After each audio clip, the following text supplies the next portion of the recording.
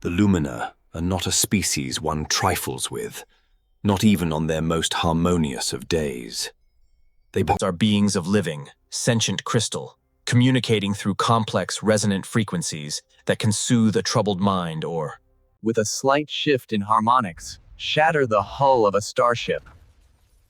On a bad day, well, it is a widely accepted piece of galactic wisdom that even nascent black holes seem to give them a wide berth, perhaps out of a shared sense of professional gravity. These walking geological wonders stand over 9 feet tall, their multifaceted bodies shimmering with an internal light that shifts in color with their emotions. Their limbs, capable of extruding impossibly sharp crystalline edges, could slice through reinforced durasteel as if it were soft clay. They possess a collective consciousness, a shared mental landscape so vast and intricate that they can perceive the faintest gravitational anomaly across 3 star systems, guided by nothing more than the sheer, unyielding logic of their crystalline minds. It is said they do not feel anger as organic beings do. They simply become a state of perfect, destructive dissonance. So, when Kalis, one of their most revered harmonizers, a being who once single-handedly recalibrated the entire resonant frequency of a destabilized moon just because its vibrations were aesthetically displeasing, discovered that his twin progenies had vanished from their supposedly pregnable resonance chamber on the megastation Citadel 7, the entire galactic community collectively muted its communications. This was not an act of sympathy or solidarity. It was an act of pure, unadulterated, galaxy-wide terror. The progenies, 2 smaller, radiant crystals named Echo and Pulse, had been resonating peacefully in their reinforced habitat just a few hours earlier. The chamber itself was a marvel of Lumina engineering, a place designed to nurture the developing harmonic signatures of their young. It was shielded by layered force fields attuned to specific frequencies, secured with biometric resonance locks that responded only to Kalis's unique energy signature, and equipped with environmental controls that could maintain the perfect atmospheric and gravitational conditions required for a growing crystal's stability. The security measures were so advanced, so utterly infallible, that the chief engineer of a military dreadnought had reportedly wept with envy upon viewing the schematics. The chamber was empty, completely, utterly, impossibly empty. The dissonant frequency Kalis emitted upon making this discovery was not a sound in the traditional sense. It was a wave of pure, concentrated shock that was reportedly heard 3 decks away, causing a passing gaseous diplomat to spontaneously condense into 17 terrified, semi-solid puddles.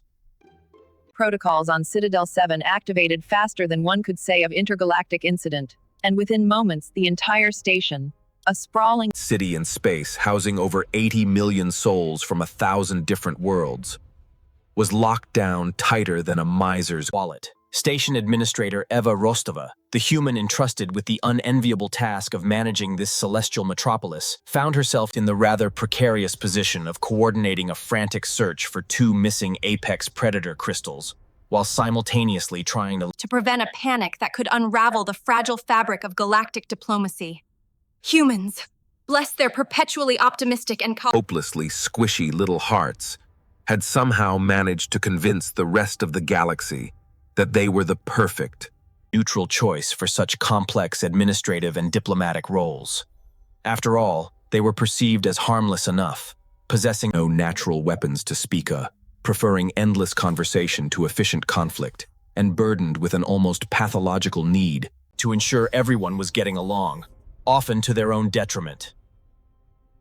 Ma'am, we have search teams deploying to all sectors, reported Lieutenant Jian Li from the Central Security Desk, her voice a tight wire of barely controlled hysteria.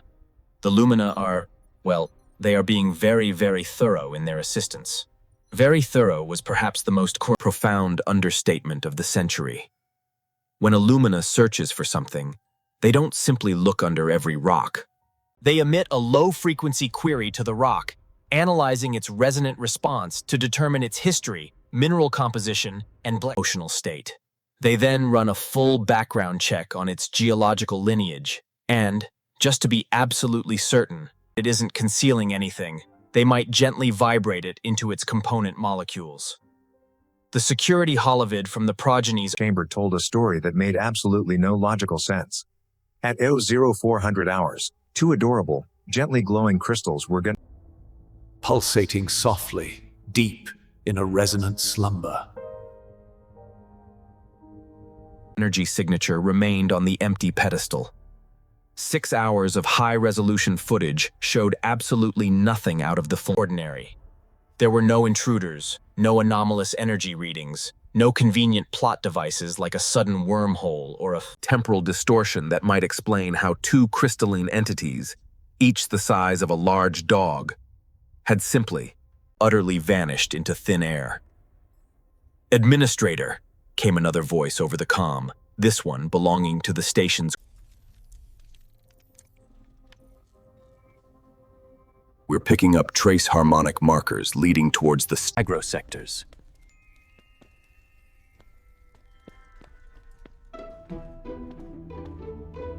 Consistent with a kidnapping or any kind of forced removal. There was no residue of dissonant frequencies, no sign of a struggle.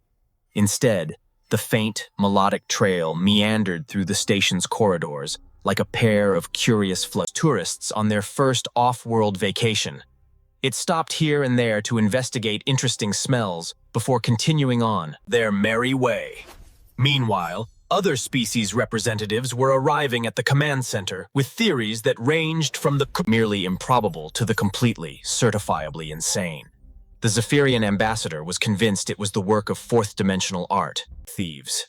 The molten delegate from the lava world suspected a case of corporate espionage, possibly from a rival crystal-growing corporation.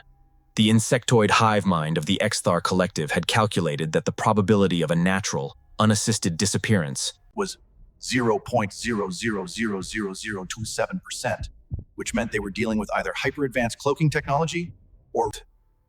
Through it all, Kalis paced the command center like a caged storm of light. Cast shimmering, dancing shadows that seemed to move independently of the light sources. Every few minutes he would emit a low, guttural vibration that made the station's hull plating hum sympathetically. His glowing, internal eyes, each in... We will, Harmonizer Kaelis. The entire station is mobilized. Planetary targeting systems. Administrator Rostova. Violence was never more than a single thought away. Your species claims an expertise in cooperation, in finding peaceful solutions. Find my progenies. The way he communicated it, a direct, non-verbal transmission of intent into Eva's mind, made it crystal clear that failure was not an option. Neither was delay, nor excuses, nor, frankly, the continued existence of Citadel 7 if the progenies weren't found safe and sound in very short order. Eva nodded with the kind of calm, practiced professionalism that comes from years of dealing with galactic-level crises, though the slight tremor in her hand as she picked up her data slate suggested she was well aware of exactly how precarious her position and that of the entire station had become. We will, Harmonizer Kaelis. The entire station is mobilized.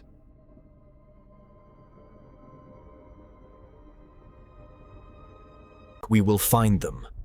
What Ava didn't mention, because it would have been spectacularly poor diplomatic form, was that if the progenies had somehow been harmed, the Lumina response would likely involve turning Citadel 7 into the galaxy's most expensive and most beautifully crystalline pile of scrap metal. The Lumina didn't just hold grudges. They held them for millennia, cultivating them, nurturing them, and then unleashing them with the kind of systematic, logical thoroughness that you made supernovas look like minor inconveniences. The search teams fanned out across the sprawling, city-sized station with military precision.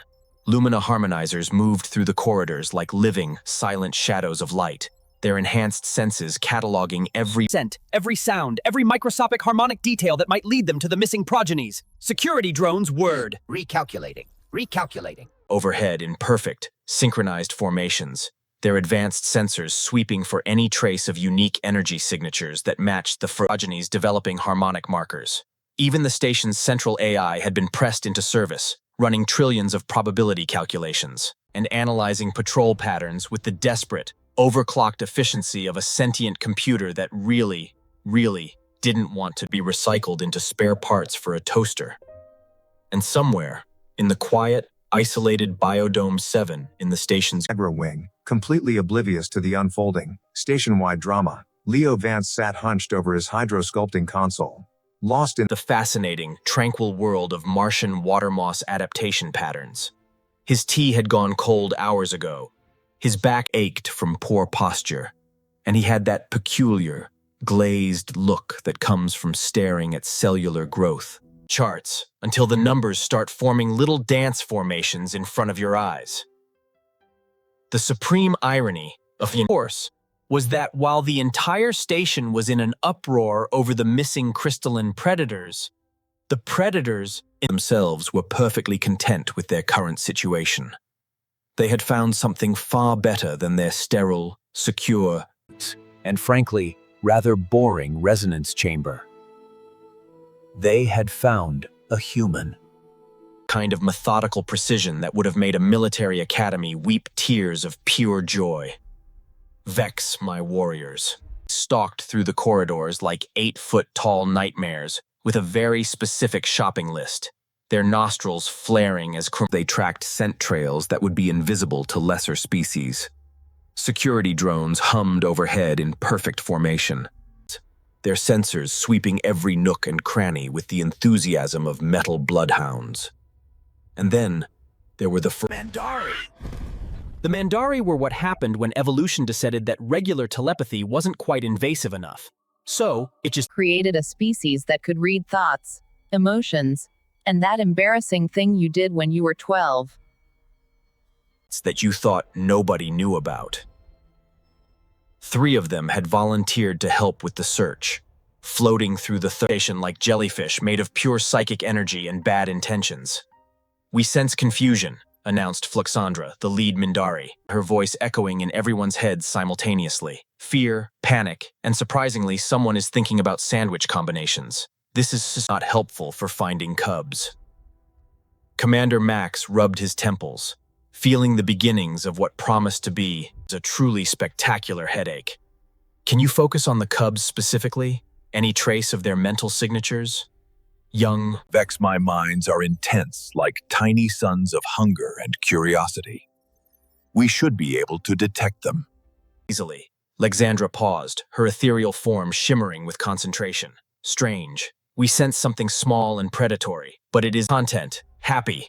This does not match expected parameters for kidnapped cubs." Meanwhile, in Research Lab Delta 9, Dr.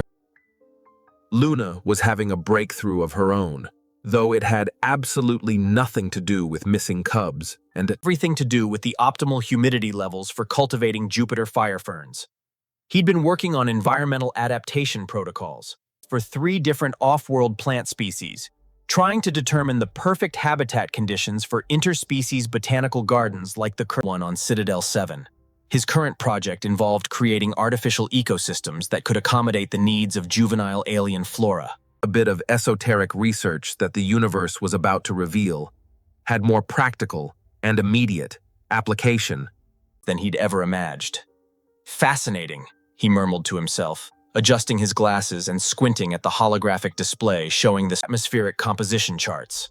The juvenile development phase requires 17% more humidity than adult specimens, but the temperature needs to be. He trailed off, making meticulous notes in the margins of his datapad, with the kind of focused intensity that suggested he'd completely forgotten that the outside world, with its noise and its panics, even existed. Which, to be fair, he had. Leo had been working for 16 hours straight, sustained by nothing but sheer determination, lukewarm tea, and a small, antique music player he kept on his desk. It just was an old Earth device, a gift from his grandmother, filled with classical music from centuries past. He had dropped it, playing a soft, complex piece by a composer named Bach, A series of intricate mathematical melodies that Rudy found helped him concentrate. What he didn't know was that the complex, mathematically perfect structure of Baroque counterpoint, when translated into pure sonic frequencies, created a harmonic resonance that was essentially a siren's call to young Lumina. The sound, too faint for most species to even notice, was drifting through the station's ventilation system like an olfactory beacon, a trail of beautiful, logical, and utterly irresistible breadcrumbs, calling to any young Lumina within range with the promise of something wonderful, new, and harmonically perfect. Back in the main corridors, whose patience was now being measured in microseconds.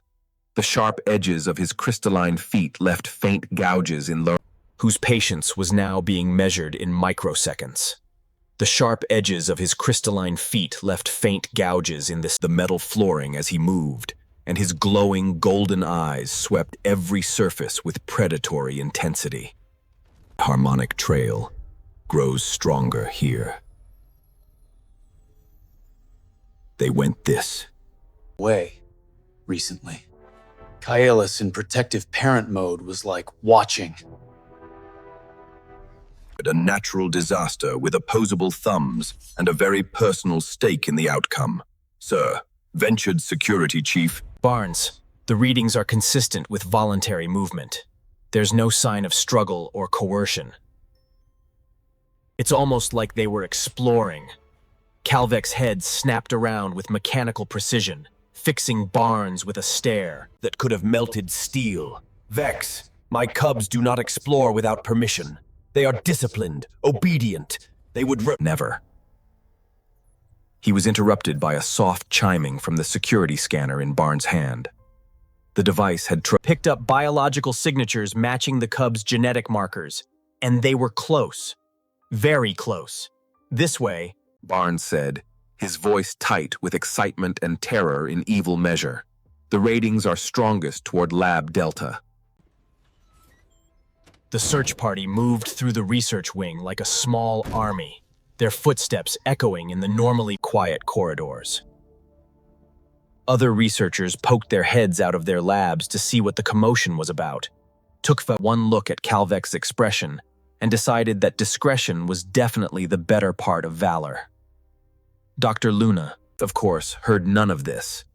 She was deep in the zone, that magical state of scientific focus, where the universe narrowed to nothing but data points and theoretical applications.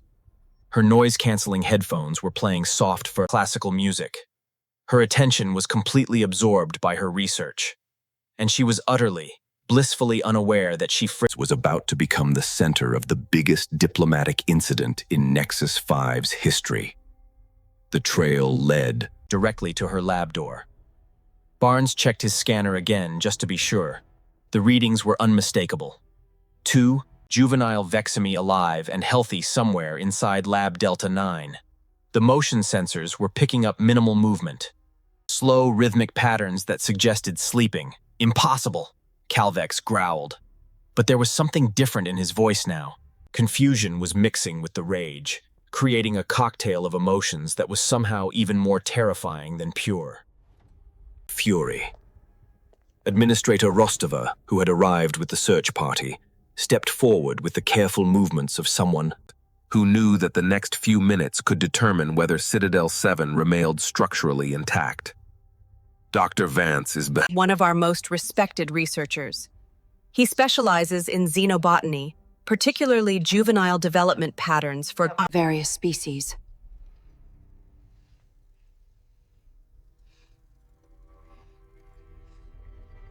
If the progenies were in Leo's lab, either he was the galaxy's most unlikely kidnapper, or something very strange was happening. The motion sensors continued to show those slow, rhythmic patterns. Peaceful, content, safe. Kaelis studied the readouts with the expression of someone trying to solve a particularly complex equation using only violent thoughts and parental instincts. The data made no sense. His progenies were in there. That much was certain. But they weren't distressed, weren't calling for help, weren't exhibiting any of the behaviors he would expect from kidnapped. Lumina young, Perhaps, suggested the Zephyrian ambassador, who had somehow managed to flutter his way down to the research. You were saying something about a theory. Level, despite having approximately the same mass as a soap bubble. The human has developed some form of mind. Control device. Your species has shown remarkable ingenuity in... Who had spent considerable time explaining basic facts to panic-stricken diplomats. Don't do mind control. We barely manage the regular control most days. Dr. Vance's research is purely observational and theoretical. Looked like someone had taught lava to walk upright and develop opinions, bubbled ominously. Then explain the scent. Trail. Explain the lack of distress signals. Explain why 2 apex predator cubs would voluntarily remain in proximity to a prey species. It was a fair point, albeit delivered by someone whose natural speaking voice sounded like a volcano clearing its throat. The assembled search party stared at the lab door as if it might suddenly reveal all its secrets through sheer force of collective confusion. Dr. Leo Vance, meanwhile, had reached that peculiar stage of exhaustion where everything became hilariously fascinating. He was currently staring at a molecular diagram that looked suspiciously like a cartoon character making rude gestures, and he couldn't quite remember if that was intentional or if his brain was finally staging a revolt against coherent thought. The moment of truth arrived, with all the dramatic timing of a badly directed hologramma. Commander Max stepped forward, placed his hand on the lab doors, access panel, and paused for what felt like 17 eternities, but was probably only 3 seconds. Dr. Luna, he called through the intercom, his voice carrying that special tone reserved for diffusing intergalactic incidents. This is Commander Max. We need to speak with you immediately. It's urgent. From inside the lab came the sound of someone knocking over what was probably a very expensive piece of scientific equipment, followed by a string of words that would have made a Korean dock worker blush. Dr. Luna's voice came through the speaker with, "Huh?" The clarity of someone who had just been jolted out of a research-induced trance by the realization that the "Oh, hello there!" outside world still existed. Commander, what time is it? Did I miss the morning briefing again? I swear. I just sat down for a minute to check these atmospheric readings, and Luna Max interrupted gently. "We're coming!" Tin. Don't be alarmed by the rather large group of people with us. Rather large group was something of an understatement. The corridor outside Lab Delta 9 now resembled a small military operation, crossed with a diplomatic summit and seasoned with barely controlled panic. Calvex loomed over everyone like a monument to parental fury. The Mandari floated nearby like psychic storm clouds, and various security personnel tried to look professional while secretly wondering if their life insurance policies covered death by angry alien parent. The lab door slid open with a soft hiss, revealing a scene that would be burned into the memories of everyone present for the rest of their natural lives. Dr. Luna sat slumped over her desk, her dark hair escaping from what had once been a professional ponytail, and now looked like it had been styled by a small tornado. Her lab coat was wrinkled, her glasses were askew, and she had the glazed expression of someone who had been staring at data screens for so long that reality had become negotiable. But that wasn't the part that made everyone freezed in their tracks. The part that made everyone freeze was the fact that nestled amongst the lush green fronds of a large Jupiter fire fern next to his desk, glowing softly in the warm, humid air, were echo and pulse. The missing Lumina progenies were resonating in a deep, peaceful slumber, their small, crystalline forms gently vibrating in time with the soft classical music still playing from Leo's desk. Their internal light was a calm, contented blue, and they were, for all intents and purposes, completely and utterly at peace. The silence that followed was the kind of complete, absolute quiet that usually preceded either spiritual enlightenment or catastrophic explosions. Every person in the doorway, and several of the non-persons, stared at the scene with expressions ranging from utter bewilderment to outright, jaw-dropping disbelief. Kailas's reaction was perhaps the most dramatic. The 9-foot crystalline predator who had been prepared to tear apart the station bolt by bolt to find his progenies, made a sound that started as a dissonant growl, shifted to something like a confused whimper, and ended in what could only be I. What? How? Temporarily replaced by the kind of linguistic shutdown that occurred when reality refused to cooperate with one's expectations. Doctor. Oh, hello there. Vance, meanwhile, had registered the presence of what appeared to be half the station's population crowding into his lab. When did you? How did you get in here? Glowing, crystalline creatures were doing their best impression of the galaxy's most dangerous and expensive garden gnomes.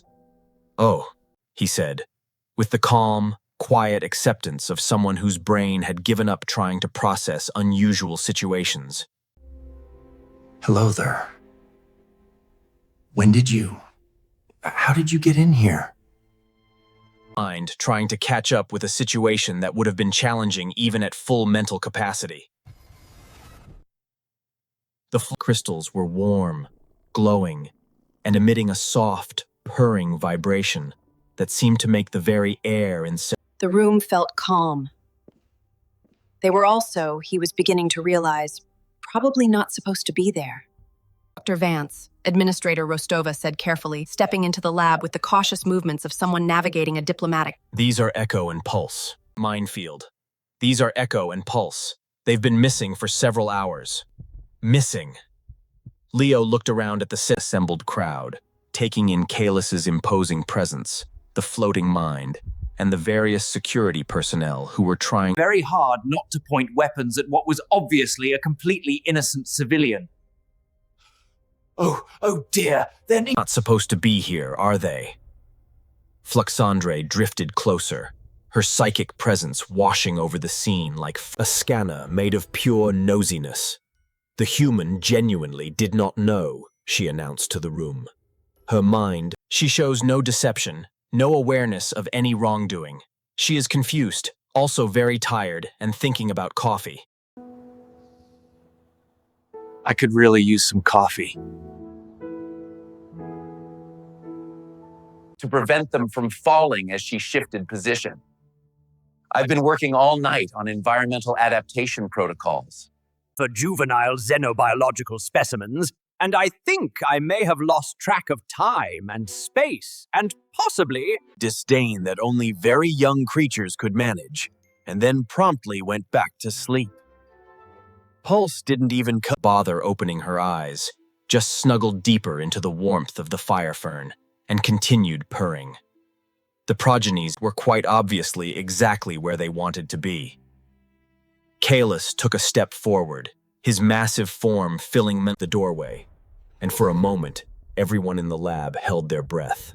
This was it, the moment. When parental instinct would override confusion, when the galaxy's most feared predator would reclaim his young from the soft, oblivious human who had somehow stolen them. Instead, Kailas did something that nobody, possibly including himself, had expected. He laughed. It started as a low, resonant rumble in his chest. "My fierce, disciplined progenies," he said.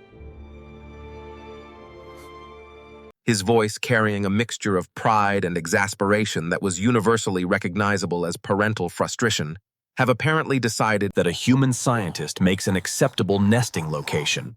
Dr. Leo looked down at the sleeping progenies, then up. "They're really quite lovely."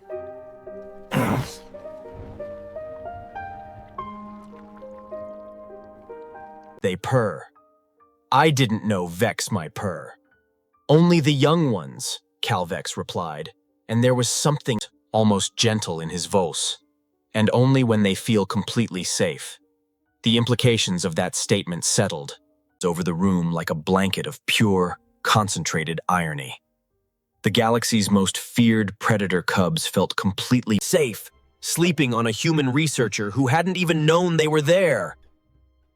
Commander Max cleared his throat, breaking the spell of the moment. Dr. Luna, would you mind explaining how exactly this situation came to end? The entire station has been in lockdown for the past 8 hours. 8 hours? Luna's eyes widened behind open. That would explain why I'm so hungry and why my back hurts. Hours station time, Barnes replied, consulting his chronometer, with the expression of someone who had aged considerably in the past day. Oh, Luna processed this information with the slow deliberation of a computer running on backup power.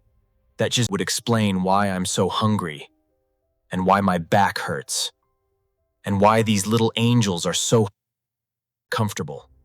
They must have been here for hours. She gently stroked one of Vel's ears, causing the cub to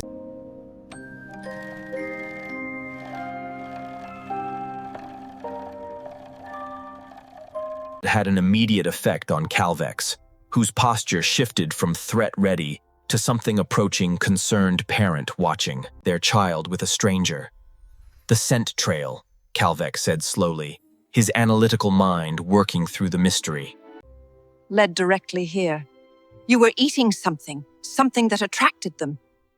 Luna's gaze drifted to her desk. The remaining half of the chocolate bar sat innocently among the scattered data pads and research equipment. Oh, Precisely. Chocolate. My nephew sent it from Earth. Some artisanal thing with supposedly superior cacao content. I had some. It's around midnight when the hunger pangs got too distracting. Fluxandra's psychic presence sharpened with interest. That his father was worried and had enlisted the help of many loud adults to find him and his close sister. He seems unimpressed by this explanation. Indeed, Zach's expression suggested that the concept of adults panicking over simple adventure was both predictable and slightly disappointing. He settled back against Luna's chest with the air of someone who had made his position on the matter perfectly clear. The Zepyrian ambassador, who had been— So, let me see if I understand the situation correctly. The prey species and juvenile apex predators. The diplomatic implications alone are that my cubs have excellent judgment. That appears to be an accurate summary in choosing temporary guardians. Calvex interrupted, his tone carrying a warning that suggested further diplomatic analysis might be felt hazardous to one's health. Dr. Luna looked around at the assembled crowd, the relieved security personnel, the floating psychic entities, the various alien diplomats, and one very large, very protective father, and came to a conclusion that surprised everyone, including herself. "Would you like some coffee?" she asked. "I think I'm going to need— You mean they adopted me? But I don't know anything about caring for Lumina progenies. Gathering in Lab Delta 9 turned out to be one of the more surreal diplomatic meetings in galactic history. Perhaps that is precisely why they chose you. Dr. Luna managed to extract herself from beneath the sleeping cubs by employing a technique she'd learned from studying maternal behaviors in various species. Move very, very slowly and pray that nobody wakes up cranky.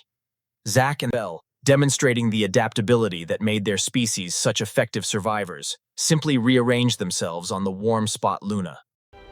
My research.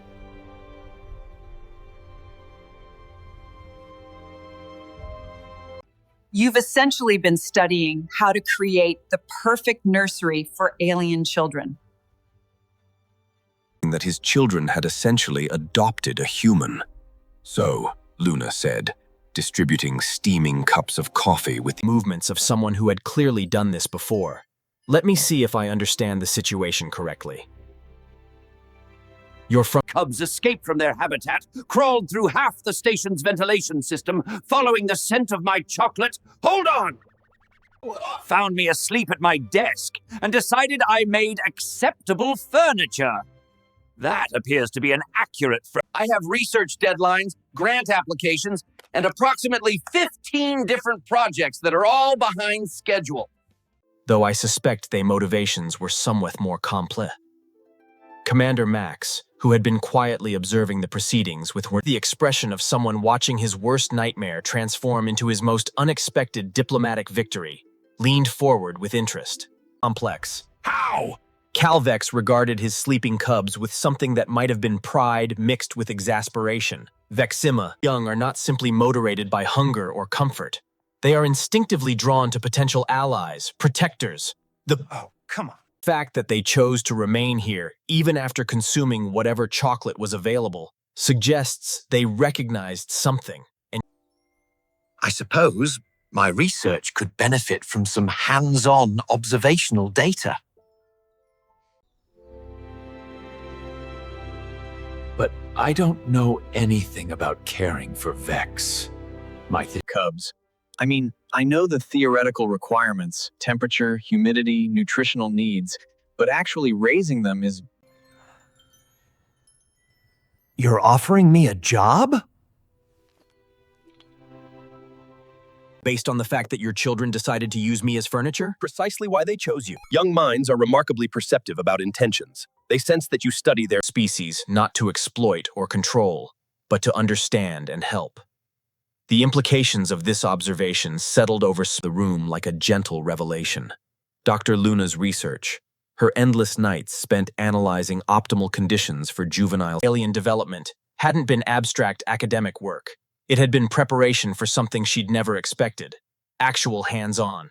Plus, it would mean we finally have someone on staff who can handle missing alien children without triggering station-wide emergencies.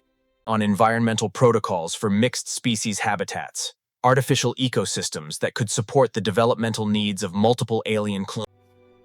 Well, I suppose I could modify my research parameters to include practical applications.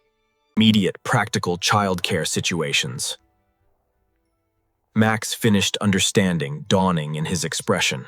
You've essentially been studying how to create the perfect nursery for alien children, which explains, Calvex added with... That's a yes, but I'm going to need a bigger teapot. Growing respect, why my cubs felt so immediately comfortable with you.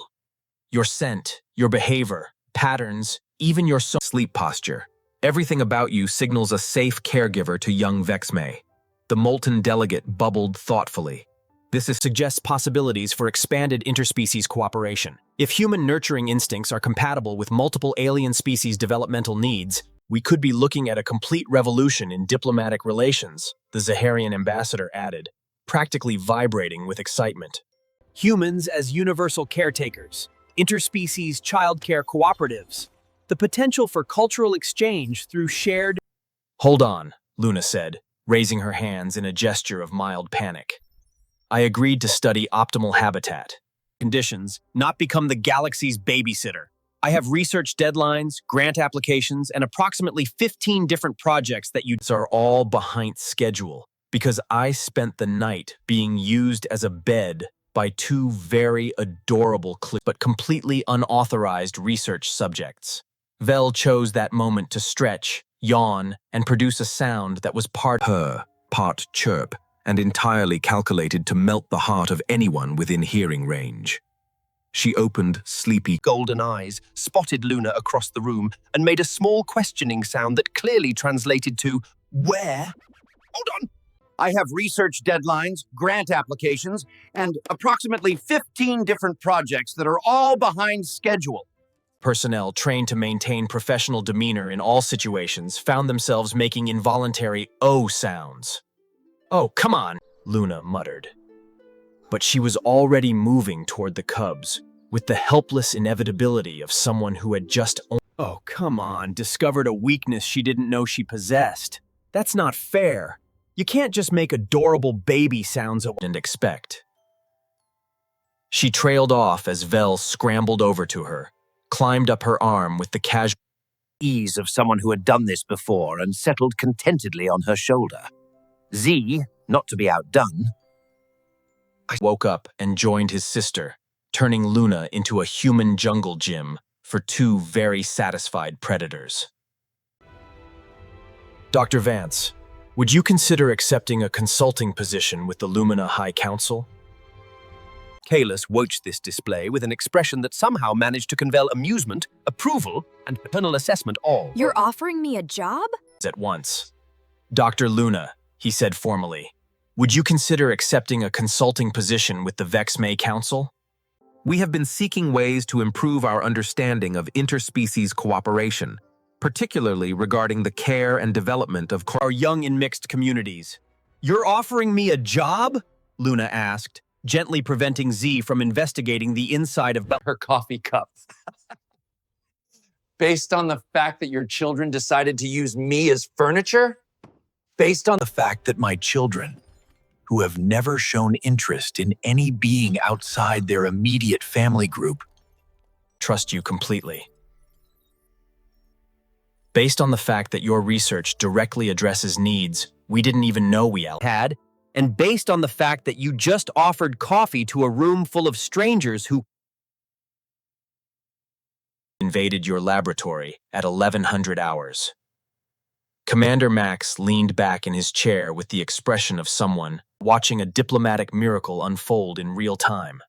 Dr. Luna, if you accept this position, it could establish the framework for similar cooperation agreements with dozens of other species. We're talking about a fundamental shift in how different civilizations approach childcare, education, and cultural exchange. Plus, added Barnes with a grin, it would mean we finally have someone on staff who can handle missing alien children without triggering station-wide emergencies. Luna looked. Well, I suppose I could modify my research parameters to include practical applications. Nod from Calvex and the two small, purring creatures who had somehow decided that she was exactly what you... That's yes, but I'm going to need a bigger teapot. And it would be fascinating to study interspecies bonding patterns from a direct observational perspective. And my current lab is clearly too small if I'm going to be hosting impromptu diplomatic coffee meetings. Is that a yes? Max asked. Luna gently scratched behind Vel's ears, causing the cub to emit a sound of pure contentment. That's a yes, but I'm gonna need a bigger coffee maker. 3 months later, Dr. Luna's Interspecies Juvenile Development Center had become the most popular research facility on Nexus 5. Her innovative approach to cross-cultural childcare had attracted attention from species across the galaxy, and her waiting list for consultation services was longer than the queue for the station's best restaurant.